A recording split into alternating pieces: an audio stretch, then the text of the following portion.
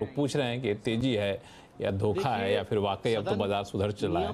इस पर चर्चा कर रहे थे, अलग अलग राय हमारे मेहमानों के आ रहे थे। तो सवाल ये उठा कि अब ठीक है, मान ले थोड़ी बहुत तेजी आ ही रही है तो बॉटम तो पता करना मुश्किल है, तो जो पैसे वैसे हैं थोड़ा बहुत डालना शुरू कर दें क्या? तो हमारे साथ अभय अग्रवाल साहब का विचार था कि डालना शुरू कर दीजिए थोड़े बहुत, हालांकि जब डालना चाहे तभी डालने का सही समय है। लेकिन जसप्रीत जी और दलजीत जी, आप दोनों से मैंने पूछा नहीं था सवाल, लेकिन ये सबसे महत्वपूर्ण सवाल यही है, हम लोग से भी चलते फिरते लोग यही पूछते रहते हैं। जसप्रीत जी, आपका क्या विचार है कि पैसे डालना शुरू कर दें, और डालें तो कितना कितना डालें, इकट्ठे डाल दें? इकट्ठे तो नहीं, आई वुड से कि जैसे हमने बात की थी कि there are some triggers in the assuming 2 April एक ट्रिगर है, फिर Q3 के अर्निंग्स हैं, and obviously dollar index does it go down to 100 और does it go back above, and interest rate cuts April में हमारा होना है, राइट? वो एक्सपेक्टेशन है, ऑब्वियसली कोई ऐसी गारंटी नहीं है, and likewise many other so many things. तो आई थिंक 4-5 जो अगर ट्रिगर्स हैं वो ध्यान में रख के, because if all plays out then we have a smooth journey ahead, right? अब वो सवाल है कि वो सारे प्ले आउट होते हैं कि नहीं होते, तो I think one should stagger it over the next 4 to 8 weeks. अभी aggressive investor I would say 4 weeks, and not so aggressive है तो 8 वीक्स। एंड हम इंक्रीमेंटल इन्वेस्टमेंट की बात कर रहे हैं, and if somebody is coming very new to the market, or a large part of the capital is uninvested, then obviously it may be wise to spread it over a larger period, not 2 months, maybe 3 to 4 months. But I just want to quickly touch upon what Abhay said, and maybe what Anuj also started. We have effectively, Lakshman, used the last 1 month to do a lot of churn, and because the data that we have seen in the last cycle and so many other periods is that stocks जो एक बार 30% और मोर गिर जाते हैं, उनकी वापस आने की जो प्रोबेबिलिटी है, right, it's only 10 to 20%, and stocks which have fallen less than 10% और नॉट फॉलन एज मच, उन्हीं का ज्यादा चांस है नेक्स्ट वेव या नेक्स्ट साइकिल में पार्टिसिपेट करने का। तो वेरी हाई चांस। तो इन्वेस्टर्स को ये ध्यान में रखना चाहिए through this medium. I would just suggest कि जहां पे 30-40-50% करेक्शन हुई है उस पर जंप ना करें, right? Because is a very very valid reason वो उतना गिरा है, एंड जो स्टॉक्स कम गिरे हैं बहुत वैलिड रीजन से वो उतना हुआ है, तो जस्ट स्विच ना करें। In fact we have done a large part, we have done the contrary, we moved out of very high under performing stocks जो लिमिटेड थे हमारे पोर्टफोलियो में, टू सेफर टेरिटरीज जो जिन्होंने कम अंडर परफॉर्म किया या आउट परफॉर्म किया। तो I think, and BFSI, we have increased the weightage, and we have increased BFSI weightage, like for the first time we have gone overweight after 3 years. So that's the tectonic shift we have done. Daljeet ji, कुछ जोड़ना चाहते हैं इसमें आप? नहीं, देखिए लक्ष्मण जी, investment करने का दिन हर दिन अच्छा दिन है ना, तो ये तो कहना कि एग्जैक्ट टाइम करना तो बहुत ही मुश्किल काम है, और पोर्टफोलियो इन्वेस्टर्स के लिए तो पोर्टफोलियो वो मैनेजर तो ये तो आपने बड़ा ही शाश्वत सा स्टेटमेंट दे दिया कि हर दिन अच्छा दिन है। अब किसी ने साल भर पहले किया होता तो बेचारा आज मर चुका होता। तो ऐसा स्टेटमेंट मत दीजिए। अभी मैं आपको प्रूव करता हूँ। हमारे एक क्लाइंट थे, मैं आपको एक्चुअल सही एनेक्डोट, रियल लाइफ एनेक्डोट बताता हूँ कि हमारे एक बहुत बड़े क्लाइंट थे, वो कुछ सपोज करो 1 रुपया निकालना चाहते थे, तो हम लोगों ने उनसे काफी डिस्कशन करके उसको उन्होंने 10 पैसे निकाला, 10% निकाला। जो निकाला उसका भी हमने पिछले 2 महीने 3 महीने का एनालिसिस करके जब उनको वापस आज ही सुबह बात किया, तो he is still at a loss. तो it is misnomer, again it is a very big misnomer that ये मार्केट अगर सब गिरेगा तो मेरा पोर्टफोलियो 100% मैं बर्बाद ही हो जाऊंगा, ऐसा नहीं होगा। आपको ultimately it is what you are holding is important. हम जो बार बार बात कर रहे हैं, मैं जो व्यू जो दे रहा हूँ वो 1 हफ्ते का व्यू नहीं दे रहा हूँ। I am talking about long term investment, portfolio investment, जहां आपको ट्रेडिंग से मुझे कोई मतलब नहीं, मुझे नहीं पता ट्रेडिंग में सुबह शाम क्या होने वाला है, वो आप लोग ज्यादा बेहतर जानते हो, मैं नहीं जानता हूँ।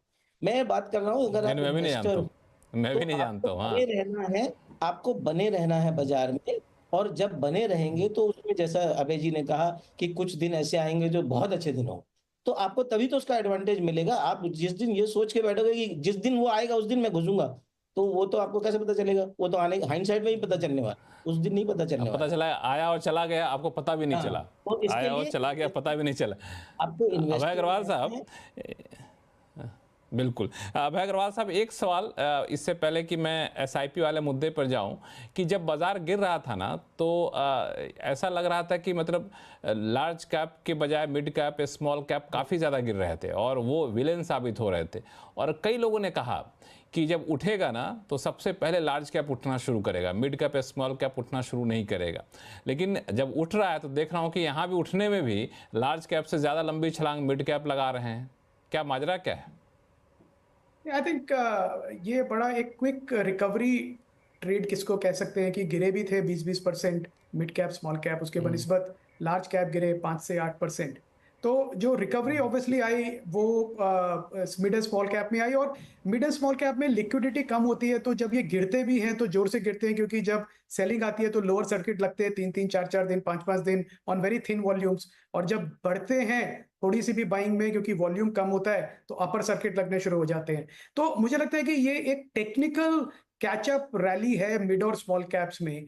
अब ये मीडियम और लॉन्ग टर्म का क्या ट्रेंड बनेगा, अल्टीमेटली अर्निंग्स पे है लक्ष्मण जी। अगर मिड और स्मॉल कैप्स अपने वैल्यूएशन के बनिस्बत जो अर्निंग्स ग्रोथ दिखाएंगे वो अच्छी रहेगी, तो मुझे लगता है डेफिनेटली रिटर्न्स बनेंगी।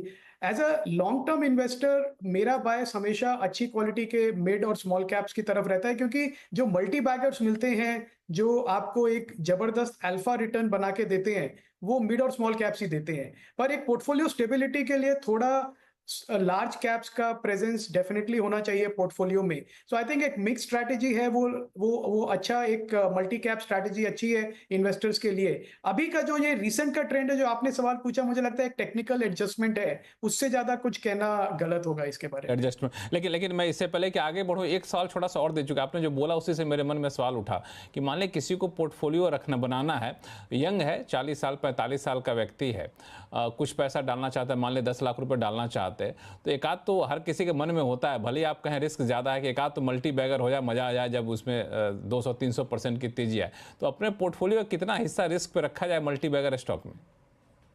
आई थिंक ये बड़ा डीप क्वेश्चन है आपका, और इसके लिए काफ़ी जो वेल्थ जो एलोकेटर्स हैं, वेल्थ एलोकेटर्स जो एलोकेट करते हैं एक इन्वेस्टर का पैसा depending on their life goals, कि उनकी क्या रिक्वायरमेंट्स है, क्या अर्निंग्स है, कितना सेव कर सकते हैं, उस हिसाब से बनाते हैं पोर्टफोलियो। तो उनसे सलाह ले तो बेटर रहेगा, क्योंकि ये एक बड़ा वेल प्लान्ड एलोकेशन प्लान होना चाहिए। आपने जो सवाल पूछा उसका मैं डायरेक्ट जवाब नहीं दे रहा हूं, तो आप शायद बुरा मान जाएंगे, पर इसका सही सवाल यही है कि बिल्कुल इसका सही जवाब यही है कि दर्शकों को सही बातें रखनी है सामने, इसमें कोई दिक्कत है नहीं। हाँ जी, तो एक सवाल कि आपकी, हाँ बोलिए, आप पूरी करिए। कोई भी एज का कोई भी इन्वेस्टर हो, किसी भी प्रोफाइल का, नया पुराना, मैं ये कहूंगा कि काफी अच्छे वेल्थ एडवाइजर्स हैं, एलोकेशन मैनेजर्स हैं, सर्टिफाइड प्लानर्स हैं, फाइनेंशियल प्लानर्स, उनसे सलाह लेके अपना एक एलोकेशन बनाएं, डेट, इक्विटी का, फिक्स इनकम का, गोल्ड का, और उस पोर्टफोलियो के साथ डिसिप्लिन से रहें। तो काफी जो सवाल होते हैं कि क्या मैं और ले लूं, क्या मैं बेच दूं, वो अपने आप ही आंसर हो जाएंगे लक्ष्मण जी। बिल्कुल। एक जो मुद्दा जो मैंने ब्रेक पे जाने से पहले अनुज सर ने जो मुद्दा उठाया था उसी पर आप लोगों से मैं सुझाव लूंगा, वो है एसआईपी को लेकर के। एसआईपी के बहुत सारे सवाल आ रहे हैं, मतलब सवाल तब भी आ रहे थे जब बाजार गिर रहा था, और जब बाजार थोड़े से उठने शुरू हो गए तब भी सवाल आ रहे थे। तो कई लोगों ने तो उस वक्त पूछा था कि एसआईपी निकाल दें, क्या पैसा डालना बंद कर दें। तो हमारे आप जैसे मेहमान लोग जो शो में आए उन्होंने कहा नहीं जी बिल्कुल नहीं, एसआईपी बंद नहीं करने का समय है, दरअसल एसआईपी शुरू करने का समय है और ज़्यादा पैसा डालने का समय है। तो अब बाजार के इस जंक्शन पर जसप्रीत जी, आपकी राय क्या है एसआईपी वालों के लिए? मेरे ख्याल से लक्ष्मण जी, ये म्यूचुअल फंड जो मनी मैनेजर्स हैं, फंड मैनेजर्स हैं, सीआईओज हैं, and I worked with almost all of them in my past, in my previous companies, वो काफी हद तक इसके लिए एडवांस में आप अब उनसे इंडिकेशन दे देते हैं इन्वेस्टर्स को। फॉर एग्जाम्पल, आज के दिन में in the last 3, 4, 5 months there is no thematic funds getting launched, right? Market obviously is not in a good state, वो भी कारण है, बट थीमेटिक फंड्स नहीं आ रहे। Second, a lot of funds एक पॉइंट के बाद आके, स्कीम्स एक पॉइंट के बाद आके, बिकॉज उनको पता है कि स्कीम वैल्यू बहुत बड़ी हो गई है, रिटर्न्स इन एक्सेस आ गए हैं, जो लास्ट ट्रेलिंग रिटर्न्स है, इंक्रीमेंटल अपॉर्चुनिटीज नहीं मिल रही, वो बंद कर देते हैं। पीएमएसएस भी करते हैं, म्यूचुअल फंड भी करते हैं। So I think some of those things are lead indicators कि मार्केट में फ्रॉथ है, एंड इन्वेस्टर्स को संभाल के चलना चाहिए। वो आज के दिन में नहीं हो रहा है, किसी ने अपना पीएमएस में बंद नहीं किया हुआ, राइट एट दिस लेवल। किसी ने ये नहीं बोला कि अब हम क्या नेगेटिव व्यू लेके कोई नहीं चल रहा है, everyone talking constructively, obviously with some caveats. तो I think keep all these things in mind, and I think यही तो समय है एसआईपी बनाने के लिए। इस समय पे एसआईपी अगर हम बंद करेंगे तो that is not the wise thing to do, because SIP का तो मतलब है ना in highs and in lows, if lows में आगे घबरा गए तो हाँ फिर बिल्कुल। हाँ दलजीत जी, ये तो बिल्कुल सही कह रहे हैं कि एसआईपी बंद करने का तो अब समय नहीं है, लेकिन एसआईपी को लेकर जो होड़ पहले चली थी, तो अब इस बार एसआईपी को लेकर के मान लें कोई शुरू करना चाहता है, अपना लोकेशन बढ़ाना चाहता है, तो उनके लिए आप क्या सलाह देंगे? ये बिल्कुल करना चाहिए। एसआईपी तो एक डिसिप्लिन वे ऑफ इन्वेस्टमेंट है, तो और डिसिप्लिन सबसे ज्यादा जरूरत तो खराब समय में ही होती है। अच्छे समय में तो डिसिप्लिन अगर आप एक बार को छोड़ भी दोगे तो भी चल जाएगा, क्योंकि आपकी मिस्टेक्स को पार्डन कर देगा मार्केट। बट खराब समय में तो डिसिप्लिन बहुत जरूरी है। तो एसआईपी अच्छे समय में इतने अच्छे समय आ गए थे कि लोग डिसिप्लिन छोड़ भी गए थे, भूल भी गए थे बाजार में। यस, तो बट ऐसे समय में तो एसआईपी बिल्कुल आपको जारी रखना है, और अगर आप स्टार्ट करना चाहते हैं तो वो भी करिए। बट अगेन सेम चीज, एसआईपी आप किस चीज में कर रहे हैं वो इम्पोर्टेंट है ना। खाली एक दूसरे को देखा देखी, सबने इसमें डाला है तो मैं भी इसमें डाल देता हूँ, ये थीम चल रहा है तो इसमें डाल देता हूँ। जो थीम पीक, नॉर्मली हमने देखा है कि जो नए फंड्स आते हैं वो जब उस सेक्टर का पीक होता है तब नए फंड्स आते हैं। तो which is not a very good way to invest, है ना। आपको इन्वेस्ट करते हुए तो प्रीएम्प्टिव लेना है या तो फिर समय से पहले सोचना है। तो थोड़ा वहां ध्यान रखना पड़ेगा कि आप किस समय में किस सेक्टर में जा रहे हैं। अगर आप ब्रॉडर मार्केट में डाइवर्सिफाइड फंड में जा रहे हैं या फिर एक बैलेंस फंड में जा रहे हैं, तो आई थिंक वो तो आपको हमेशा बने ही रहेगा, उसमें तो आपको कुछ करना ही नहीं। लगे यहाँ तो बता ही दीजिए अभी दर्शकों को कि अगर अभी करना हो किसी को तो कहाँ डालें, एसआईपी करें। नहीं, अब फंड का नाम मत लीजिए, फंड का नाम मत लीजिए, एक नेचर बता दीजिए। जैसे मैंने बताया कि हम लोग म्यूचुअल फंड नहीं करते, तो हम एडवाइजर नहीं है म्यूचुअल फंड के लिए। बट आपको किसी भी इस तरीके की मार्केट में बैलेंस फंड्स या फिर जो मिड एंड स्मॉल लार्ज का मिक्स फ्लेक्सी कैप जिसको कहते हैं, इस टाइप के फंड्स में अगर आप रहेंगे तो आपको वो सदाबहार फंड्स है बेसिक, राइट। सो उसमें क्या होता है, सदाबहार फंड है। हाँ, उस तरीके के फंड्स में रहने से आपको आपका रिस्क बैलेंस रहता है हमेशा। हाँ बिल्कुल। अभय अग्रवाल साहब को जोड़ना चाहेंगे इसमें? जी, मेरा एनालिसिस ये है कि एसआईपी एक ऐसा प्रोडक्ट है जिसमें इन्वेस्टर्स को अपनी रिटर्न रेगुलरली नहीं देखना चाहिए, अपना एनएवी वैल्यू नहीं देखनी चाहिए, क्योंकि वो एक डेली शाम में खोल के देखें एनएवी कितना गया। नहीं, उसका कोई मतलब नहीं, क्योंकि वो एक लॉन्ग टर्म कमिटमेंट है। और एसआईपी का जो कॉन्स्ट्रक्ट है वो है कि आपकी एक्विजिशन कॉस्ट क्या है, उस पे फोकस करना ज्यादा जरूरी है। जहां पे लोग अपना ध्यान इस बात पे लगाएंगे कि मेरी एक्विजिशन कॉस्ट जो है वो कैसे कम हो रही है, तो ऑटोमेटिकली एसआईपी बंद करने की बजाय शायद वो अपना अमाउंट बढ़ाएंगे एक गिरते हुए मार्केट में, तो और राइजिंग मार्केट में उतना नहीं बढ़ाएंगे।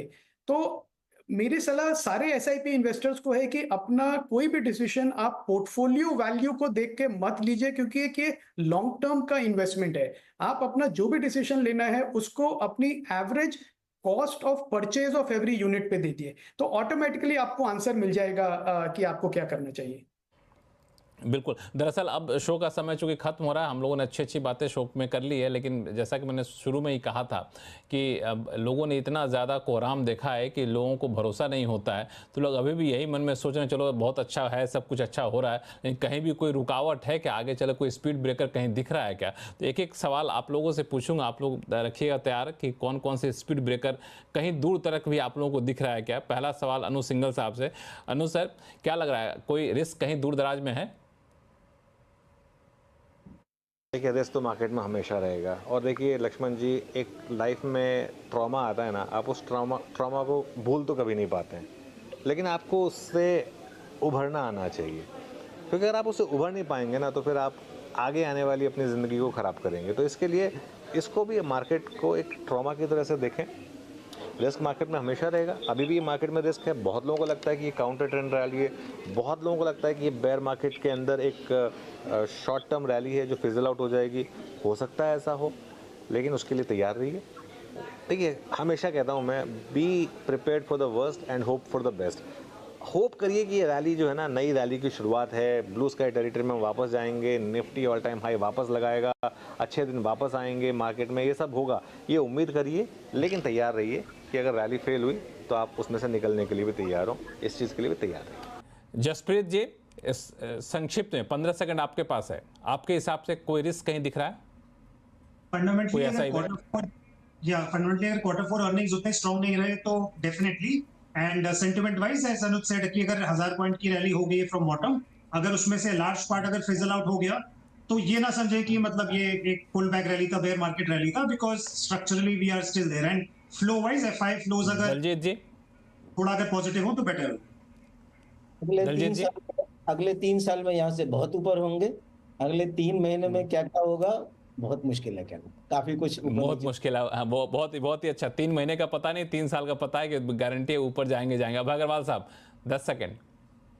ये देखिए, शॉर्ट टर्म में जो हुआ है उसका रिसेंसी बायस लेके अपना इन्वेस्टमेंट डिसीजन ना बनाएं, लॉन्ग टर्म इन्वेस्टमेट पे फोकस करें। बस आई थिंक मेरी यही एडवाइस रहेगी। रिस्क सबसे बड़ा ये है कि आप अंडर एलोकेट हो जाए इस मार्केट में। बिल्कुल लॉन्ग टर्म नज़रिया रख के, यानी लंबे समय तक पैसा रखेंगे तो पैसा बनेगा, इसकी गारंटी हमारे सारे दर्शक दे रहे हैं। तो कहीं टेंशन लेने की ज़रूरत नहीं है, जो हो गया हो गया। और जैसा कि अनुज जी ने कहा, ट्रॉमा मान के भूल जाइए, उस ट्रॉमा से बाहर निकलिए। बहुत ज़्यादा हरियाली यहाँ पे। आप सही मेहमानों का बहुत बहुत धन्यवाद हमारे शो में जुड़ने के लिए। आवाज़ अड्डा में फिलहाल इतना ही। देखते रहिए CNBC आवाज़। नमस्कार।